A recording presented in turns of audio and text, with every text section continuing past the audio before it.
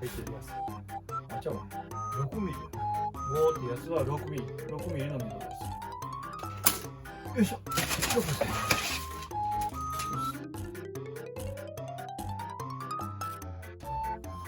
上と、それから、側面は、深い溝のやつですね。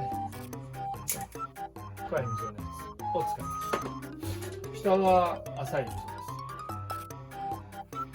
す。4ミリ。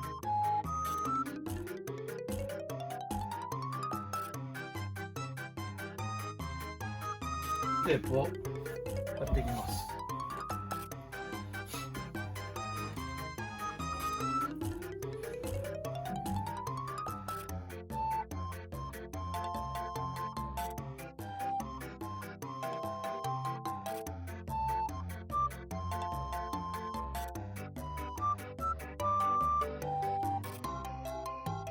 はい、こんな風に両面テープを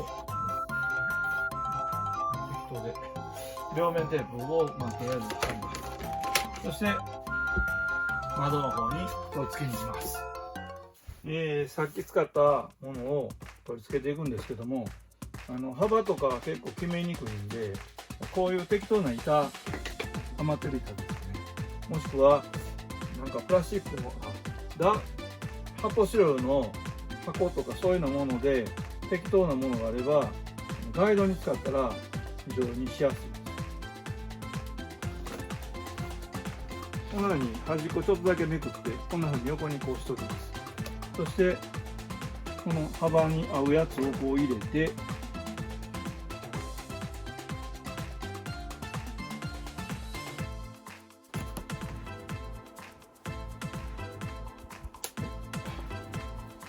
こんな感じでね。で次にこの上側ちょっとしんで、これ両面テープくっつきやすいこういうのでキュッキュッとこ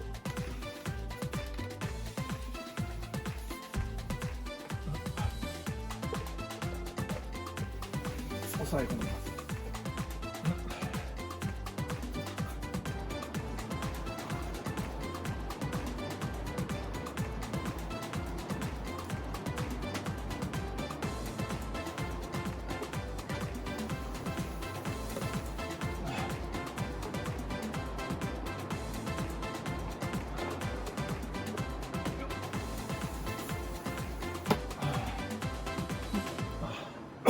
こんな感じでね、長さを合わせるために次のやつやってきて、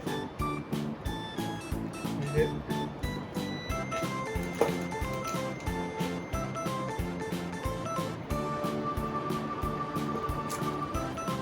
現場を貼ってで